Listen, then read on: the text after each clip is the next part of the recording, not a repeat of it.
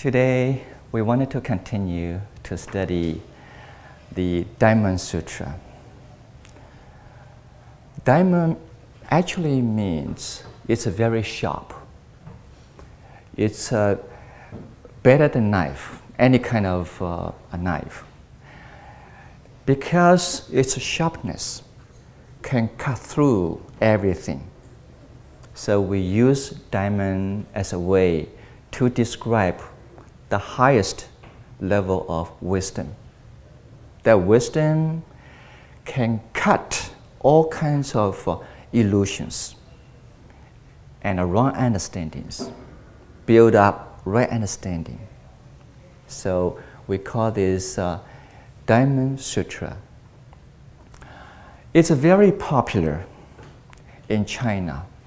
A lot of Buddhists, they recite Diamond Sutra every day. But not everyone who recites it will understand the contents completely. Okay, we just feel it's a good sutra, but not everyone can fully understand it because this is the highest teaching of a Buddha. The meaning of this sutra is very profound. It's not like ordinary teaching. Sometimes Buddha used different kind of skill to reverse our ordinary thinking in order to correct ourselves, put ourselves on the right path. It doesn't matter what kind of sutra we read. Basically, all the sutras will provide a way to increase our happiness. But now you are going to ask yourself, what kind of happiness you wanted to have? Okay. If you say, Buddha, I wanted to be a happy man. I wanted to enjoy my family life. Buddha will teach us some ways. Mister, you better to have a good job. Find a job, earn your living, and love your wife. Take care of your kids. Observe 5 precepts. And also being generous to others so you can have some good friends around you. Okay, so in this way, you can enjoy your family life. And in Singalaka Sutra, Buddha even mentioned that Singalaka occasionally give a gift to your wife to show your love. And for wives, Buddha even mentioned that make home a peaceful place to live. That means maybe including don't talk too much. So there are some details in sutras, in different sutras. I think when we read those sutras, it's very easy to understand because we feel we all agree right away. Perhaps the education, the school prepare us to absorb, to digest this kind of a teaching right away. Okay. But if we continue to ask another question, Buddha, I'm a good person. I wanted to be good. I am a monk. I wanted to purify myself. But somehow I still feel there's a greed in my heart. There's still some kind of confusion in my mind. Sometimes I might still have a little anger inside me. How can I liberate from this kind of afflictions? Then Buddha will say, oh, it does require higher understanding. It does require the ultimate wisdom to help us. So if you ask this question, I wanted to be good. Even I'm doing some good things in my daily life, but I still have confusions. I still cannot liberate myself from all kinds of sufferings that I'm facing in my life. I wanted to be a free person. I wanted to be happy all the time, not just for a short moment. Okay. Then we have to study Diamond Sutra in order to achieve the goal. A few years ago, maybe 1 or 2 years ago, a gentleman from China, I remember his last name is Chen, Mr. Chen. He is a businessman. He earns some money. He's getting rich. Yeah.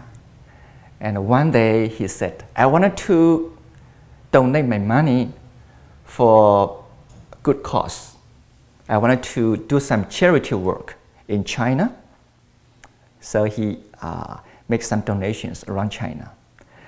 Then finally, he made the decision to go to Taiwan.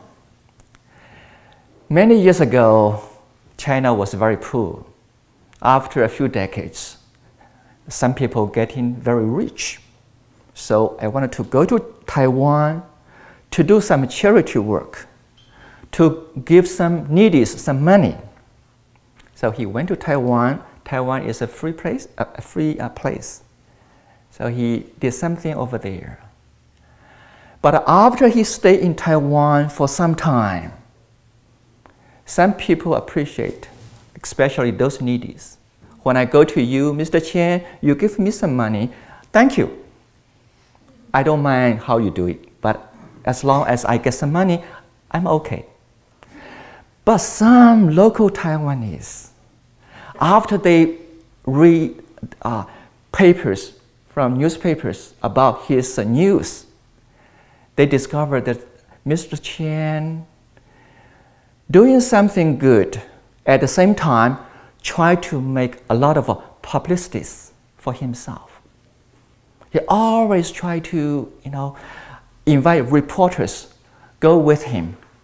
Whatever he did, he always tried to make photos from it and spread his name in Taiwan. Let everyone know that he's a good person.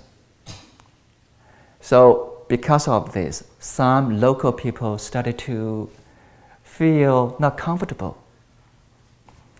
So at this stage, how are you going to analyze this phenomenon? When you make decision to be good, but if we still strongly attach to ourselves, I wanted to be fame, or I wanted to use my money to get power. I wanted to use my status, to gain respect from others. Always think on yourself, strongly attached to your own existence. Then Buddha will say, this is the roots of ignorance. Because of this ignorance, we are going to create greed and anger. So Diamond Sutra is the sutra cut off all kinds of ignorance. Because this ignorance is very deep, it's not easy to cut unless we think differently. Otherwise, it will be difficult. Today, when I ask you, may I ask, what's your name? Andres. Andres. Andres, nice meeting you. I saw you a while ago. Yeah, good to have you with us. Andres. Yeah, Andres? Your name, yes, your name. Andres. I wanted to remember your name. Andres, when I call you, I call your name. When I say, who are you? I'm Andres. When you think about yourself, how are you going to feel? Most of the time, people will feel that I am one individual. I exist in this society by myself. I'm independent. I'm different from you. You are you. I'm different from you. Okay. So we always think we are one individual. At the same time, we separate us from others. Okay. In this kind of thinking, we are going to strongly attach to one thing. There is one self on us. We see this body is myself. Even we know we are going to get older, one day, this body will disappear. We are going to die. Then we create another concept. I have a soul. My soul is different from your soul. My soul will continue. So we are going to find all kinds of ways to continue this kind of attachment because we feel my own existence, myself, is so important. Because of this importance, so when I see you are different from me, then every time when we wanted to have the same thing, we are going to argue, we are going to fight. So that is the roots of ignorance. Buddha taught us that today, actually, according to Buddha's enlightenment, he discovered everything in this universe, including us, we all interconnected with each other. We are existing in this world by having different kind of conditions to form us. So in Buddhism, we'll say 5 skandhas, 5 aggregates, 5 conditions in order to form a person. Okay? And after we understand this kind of facts, then we'll think differently. I'm not independent. I depend on you all. With this kind of thinking, we're going to improve ourselves. Okay. Right now, I wanted to use another way in order to show how we describe phenomena in daily. Andrews? Andrews, okay. Right now, I have a tea cup on my left hand. So imagine I'm holding a teapot. I pour some tea into the teacup. Then I will offer this tea to you, Andrews. You are having this tea. A person or a friend will ask you, Andrews, who made this tea for you? Who made this tea for you? How are you going to say it? You did. Venerable Han Yi made this tea, is it right? Normally we will say this. You don't confuse yourself. We use normal thinking to describe this phenomenon. Yeah. Venerable Han Yi, you made this tea. Sometimes I will say, yes, I made this tea for you, specially made for you. Actually, it's very normal for us to have this kind of a conversation. But if we think deeply, profoundly, we want to analyze all the facts to find the truth, you are going to discover Venerable Han Yi cannot make this tea by himself alone. Do you agree? I never made this teacup myself. I never pump water myself. I never wrote tea myself. I even did not go to the store buy tea by myself. Somebody gave it to me. Okay. I did not produce gas to boil the water. So when you think on those details, we cannot say Venerable Han Yi made this tea by himself alone. This phenomenon is interdependent on all kinds of conditions in order to have this tea. Do you agree with this? Okay, but in daily life, we wanted to make everything simple. Because as a human being, we don't want it to be complicated.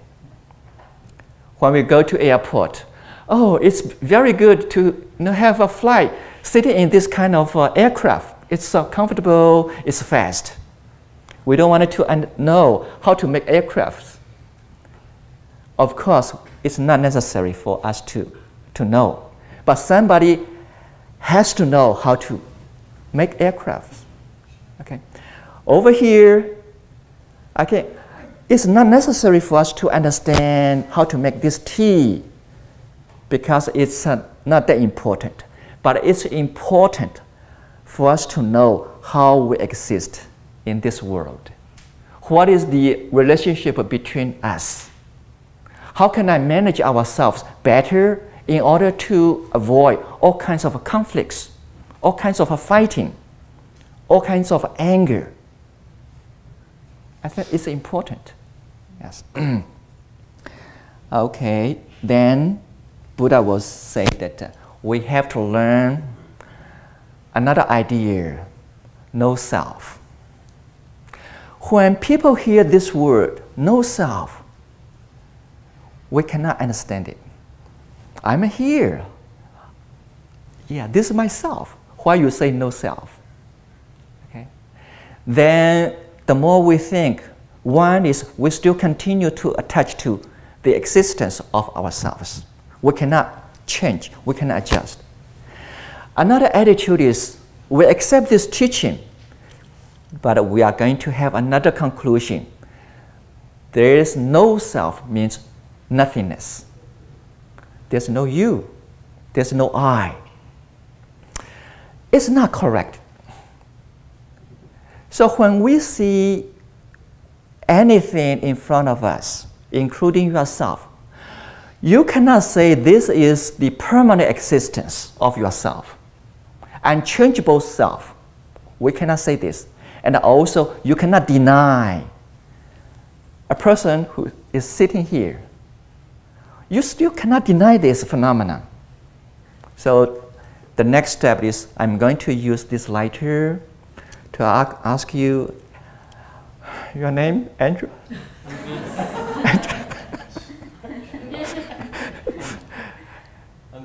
Andres, if we think he's permanent Andres, we are wrong. So in this Diamond Sutra, Buddha will say, if you say Andres, there's no permanent Andres. So there's no fixed, unchangeable Andres. No real permanent Andres. But we still call him Andres. Okay, this is the way we wanted to understand. Okay, right now, in my hand, there's a lighter. Can you see the lights? Okay. Is it permanent? No. And you cannot deny this light, is it right? Bocus? If you say there's no lights, I want you to put your hand on the top. You're going to be burned, is it right? Okay. If you say this is a permanent light, it will go off.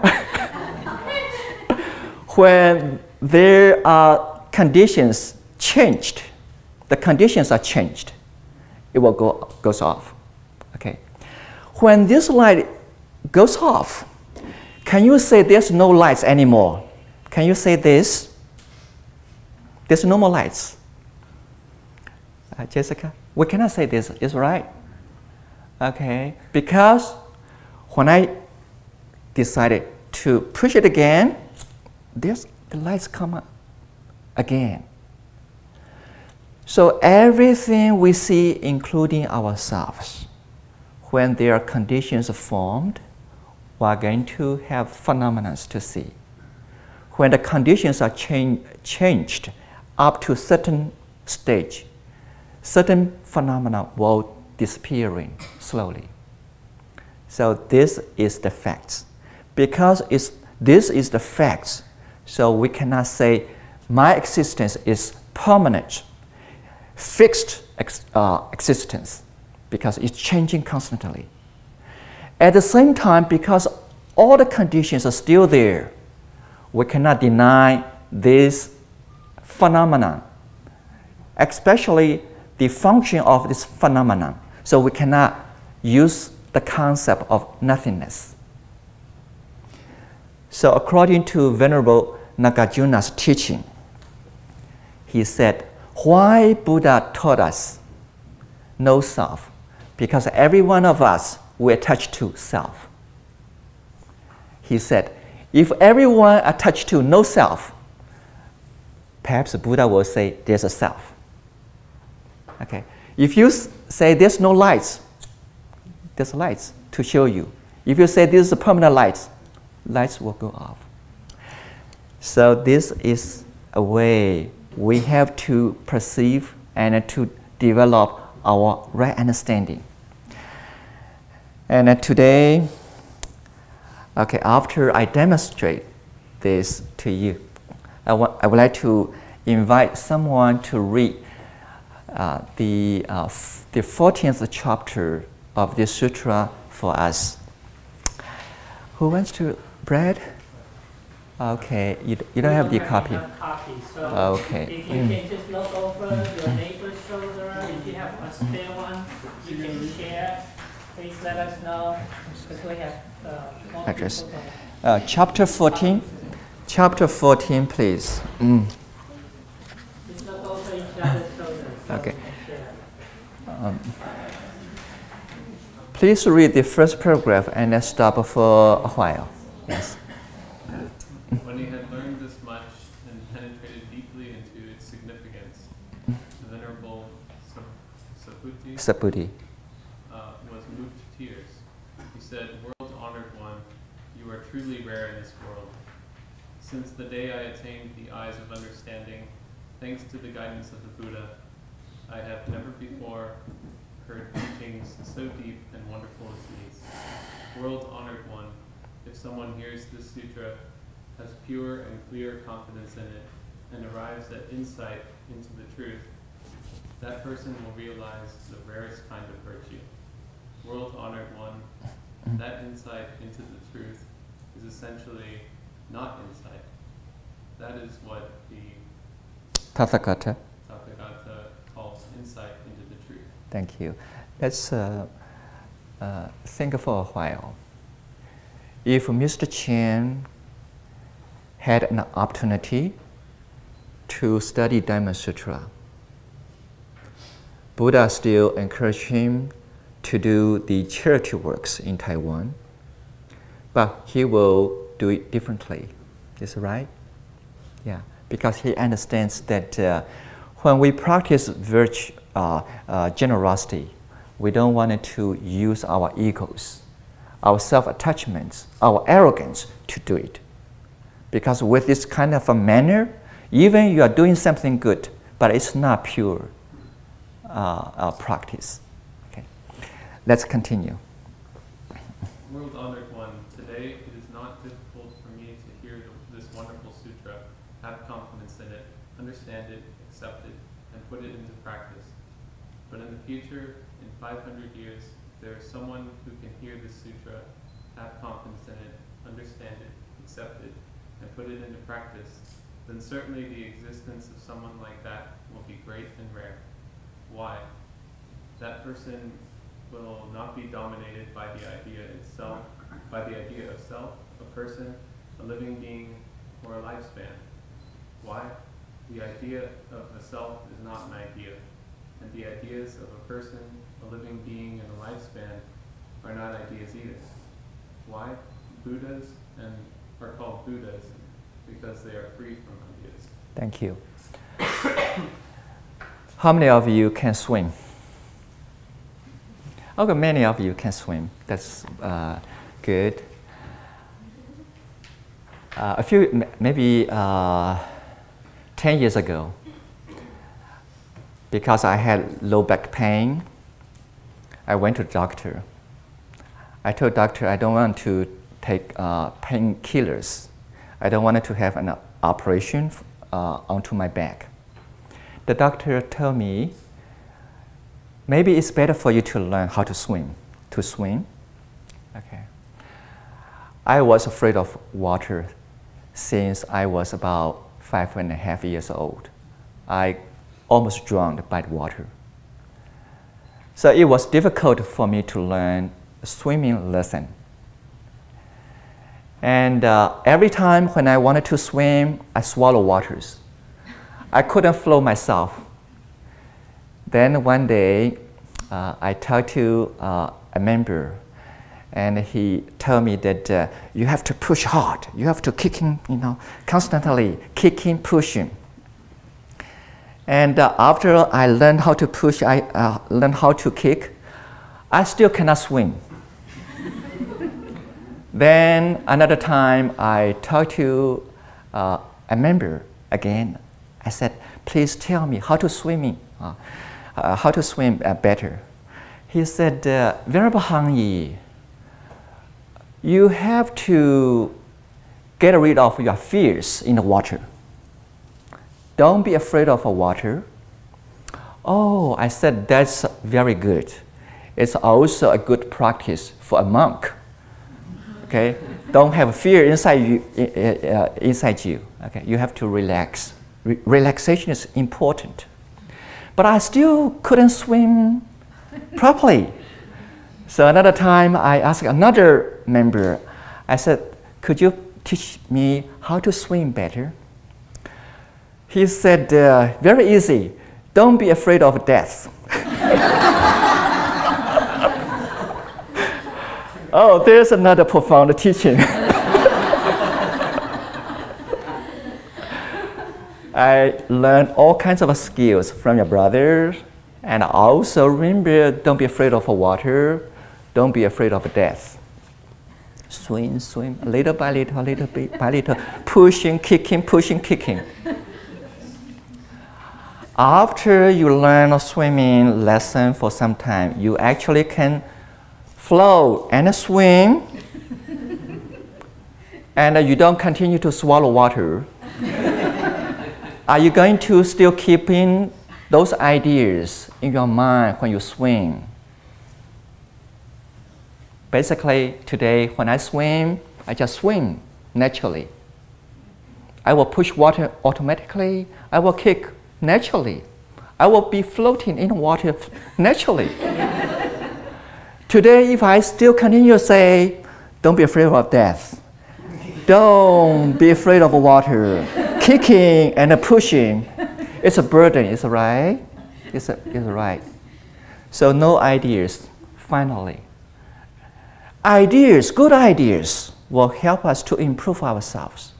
But when you reach the highest level, you wanted to put those ideas away from yourself. You don't want to continue carry the boat with you after you cross the river.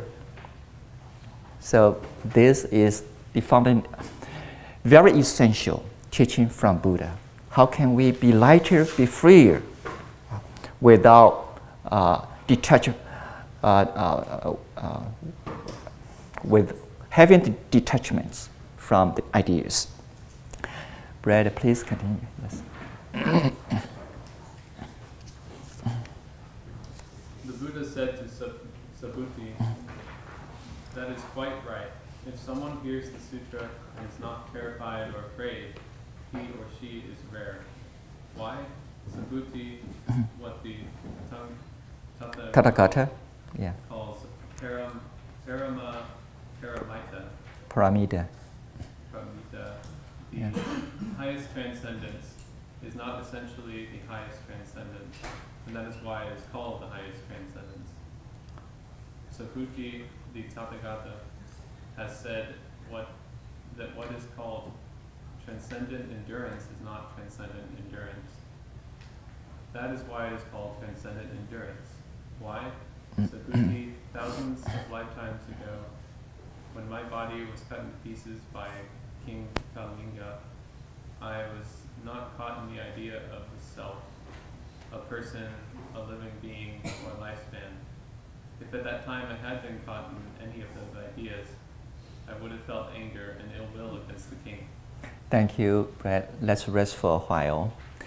Today, I'm very grateful that John, Caroline, you are here. I remember that during last Tuesday's meeting in Northwest area, we talked about anger. And I remember that you said it's normal for us to have anger. Having anger as a human being is normal. I would like to invite you to say the concept that when you say normal, and after you think this is normal, what is the next step to deal with anger? Because this paragraph shows us that when Shakyamuni Buddha was a practitioner in those times, yes, he did try to increase his endurance. Even a king cut his arms and legs. He did not show his anger. That is the highest level of endurance. But as a human being, from time to time, even myself, I might have a little anger inside me. Okay, I'm not reaching this stage yet. So how are we going to see this anger? How to deal with it? How to elevate us from this kind of feeling? John, would you please say something? Anger is a physiological response that occurs under certain conditions and causes and conditions present. When those causes and conditions go away, so does the anger. The problem is what you do with that anger. Yes. And it's your response to it. What you try to do is try to just recognize that this is anger. Oh, anger is arising in me, and then just let it go. It is perfectly all right to have that happen, but you don't want to attach to it, you don't want to respond to it. Okay. So from the beginning, when we see angers inside us, maybe it's normal. But eventually you wanted to eradicate those angers, improving ourselves. Yeah. Is right? Okay, please. It's causes and conditions, and a physiological reaction that happens to those. You got to suppose you can try to control those, but I think to me that's almost impossible. It's a physiological response that happens. You just recognize it. Maybe you get rid of it by not labeling it as anger. Just saying, oh, these feelings are present, and understanding those. So you mean there are still certain kind of conditions exist inside us. So when those conditions are rising, we might still have anger, and you recognize it. How about we go further, take out those conditions from us?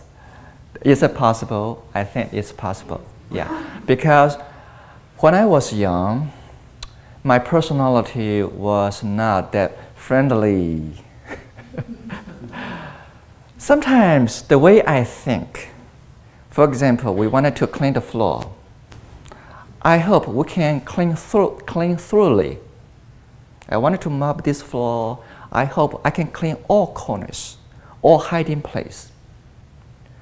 Because of this thinking, this kind of attitude, when I see my friends, my classmates, they clean the place not thoroughly, I have a certain kind of unsatisfaction in my heart. I feel they did not do the work properly. Because of this unsatisfactory experience, sometimes I may have anger inside me. But today, I feel that I wanted to improve myself.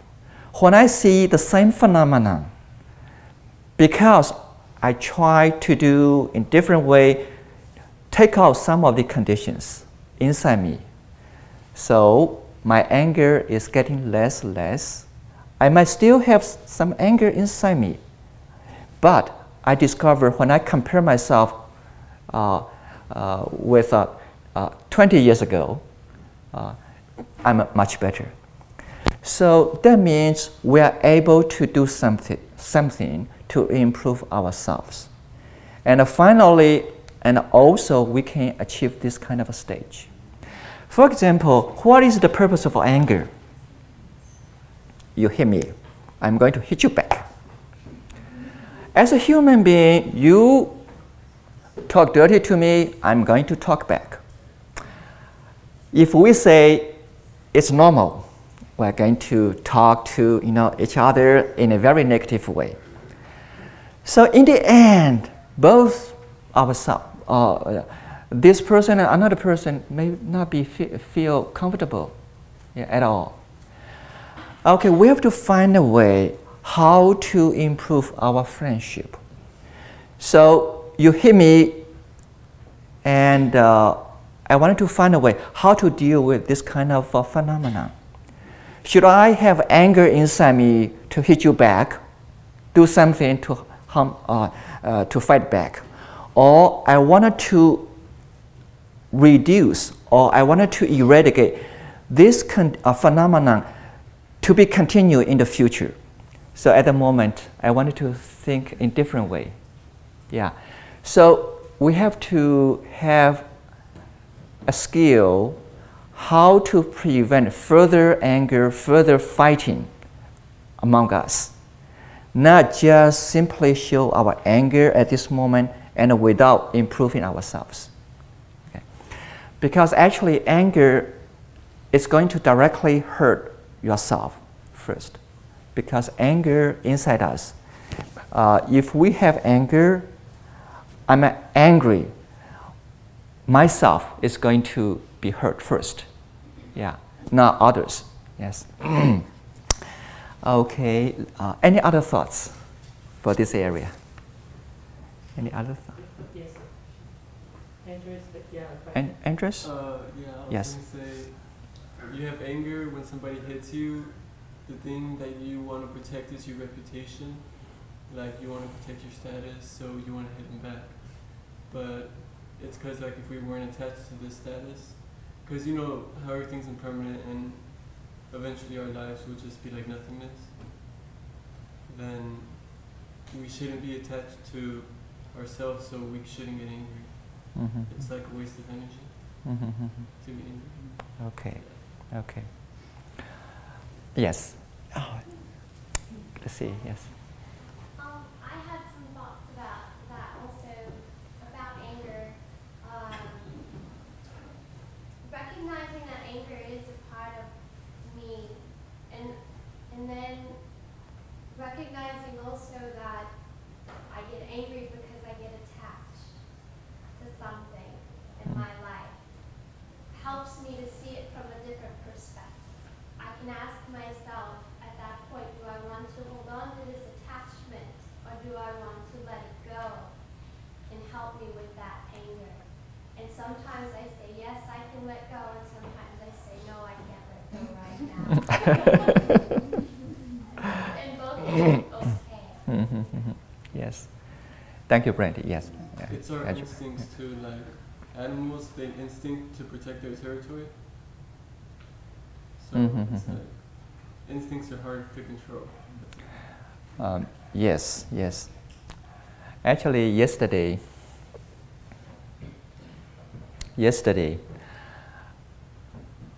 we had a Dharma class in Cantonese.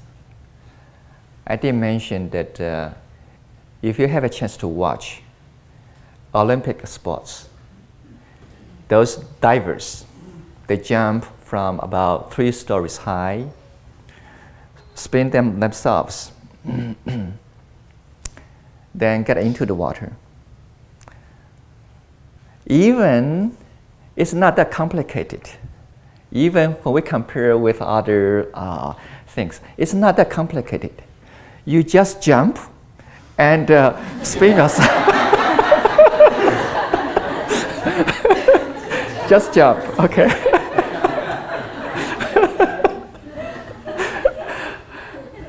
But somehow, if you study how those divers learn this kind of a skill, they spend weeks, months, years to train themselves. Even for this kind of exercise, they've been trained at least for 4 years. Yeah. Even not every day, But I think they jumped not 100 times, maybe thousands times, maybe 10,000 times. After 10,000 times of training, today, if you watch them, every time they jump, they may not be able to control themselves perfectly every time when they jump. So physical training does require this kind of effort. How about mental training? It does require more effort because we build up so many negative thinking from the birth, right after we're born. Right after we're born. So we accumulate all kinds of thoughts inside us. When you say, I wanted to change certain kind of attitude, it's not easy. Think about Olympic sports. Okay.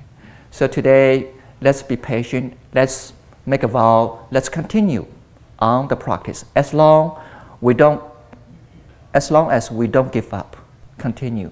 Yes, there are hopes. Let's continue to, yes? One more thought about the anger. I read in one of the little Buddhist books that anger, greed, and delusion, they were like thieves inside our house. And that we should view them like a thief inside our house, even though it's in our house. A thief? A thief, yes. So it's not like part of our house. So we can see it and observe it, but know that it's like a big problem and it's going to cause us a lot of suffering for us and for somebody else. So not see it as part of us. Okay. I live in the Jade Buddha temple for many years. Every time when kids throw rocks onto the roof, break the tiles, this is a part of our community. This is a part of my life. Even it's negative, I have to deal with calmness, not anger. So at first I was a little concerned. But after I noticed that this is not something I can change right away, I just accept it. A few weeks ago, I was in one of the house in the front. A thief came. He broke the door. I was sleeping. I heard big noises. Oh, so something happened. I still continue to sleep. Then somebody opened the door. Oh, someone came in. So I got up. I walked into the living room. I saw a person, a man, walking into the room. He saw me. He ran away. And that was a very unusual experiences. But I did not want to develop any negative thoughts, negative feelings from this instant. So I was okay. I continued to conduct these services. On the day, Sunday morning happened, about 2:30 or 3 o'clock. So let's continue in the bread. I also remember in ancient times, 500 lifetimes, I practiced transcendent endurance by not being caught up in the idea of the self, a person, a living being, or lifespan. So Subhuti, when a bodhisattva gives rise to the unequaled mind of awakening, he has to give up all ideas. He cannot rely on forms when he gives rise to that mind, nor on sounds, smells, tastes, tactile objects, or objects of mind. He can only give rise to that mind that is not caught up in anything. Okay, please continue. Yes. The Tathagata has said that all notions are not notions, and that all living beings are not living beings.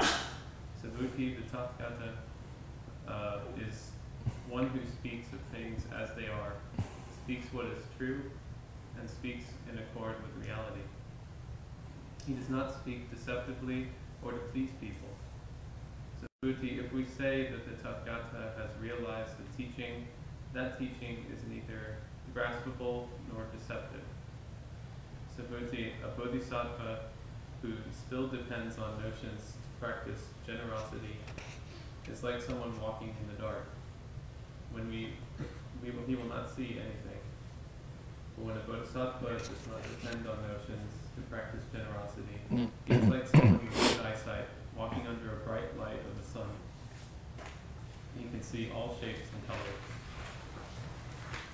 So Buddhi, if in the future there is any daughter or son of a good family who has the capacity to accept, read, and put into practice this sutra, the Tathagata will see that person with his eyes of understanding. The Tathagata will know that person, and that person will realize the measureless, limitless fruit of his or her virtuous act. Thank you. Every time when you come to Jade Buddha Temple, perhaps many of you will use Bel Air Boulevard. When we use Bel Air Boulevard, especially for the first time, you are going to recognize the sign, the street sign, Bel Air Boulevard. You don't want to go to another boulevard. So you can find a way to get to Jade Buddha Temple. Nowadays, I think many of you, if you come to Jade Buddha Temple for so many times, do you still attach to those signs every time when you come? I think many of us just drive freely. We know the direction. So we don't have to depend on the signs to show us the way. Okay. If we attach to signs, we attach to Bel Air Boulevard.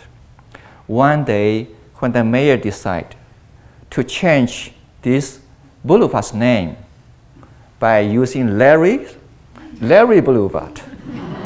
So one day the mayor put a sign still at the same place, but the name is changed, Larry Boulevard, not Bel Air Boulevard. You are going to miss, you are going to get confused. Is that right?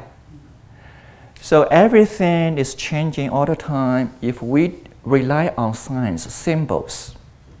Even we rely on the idea of a Buddha, enlightenment, we cannot fully enlighten. We cannot completely pure ourselves because there are still attachments. So first, we wanted to use positive thoughts to eradicate negative thoughts. Use positive action to eradicate negative actions. After we are on the path for quite a long time, we have to learn how to detach from those positive thoughts, positive actions. We wanted to do it freely, naturally, not continue to depend on signs, symbols, words, or teachings. Okay, this is the teaching of a Buddha. Over here,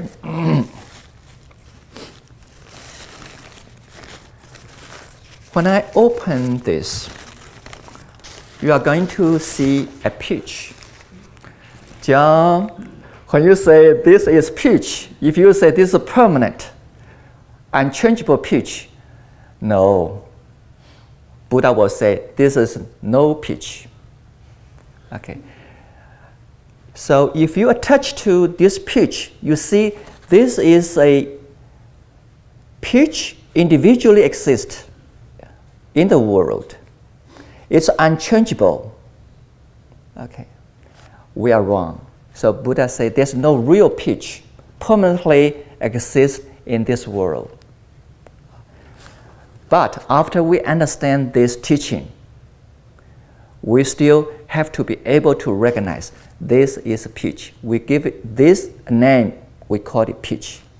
So when I say, Andrews, go to supermarket, buy peach for me, he's not going to buy pineapple.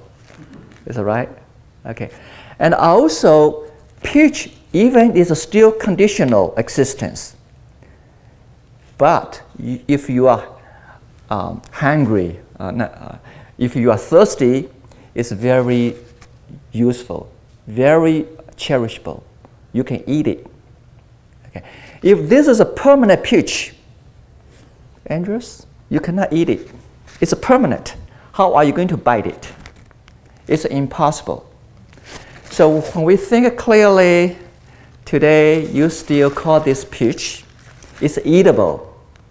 It still brings us a lot of joy when we have a peach, especially in hot days. Okay.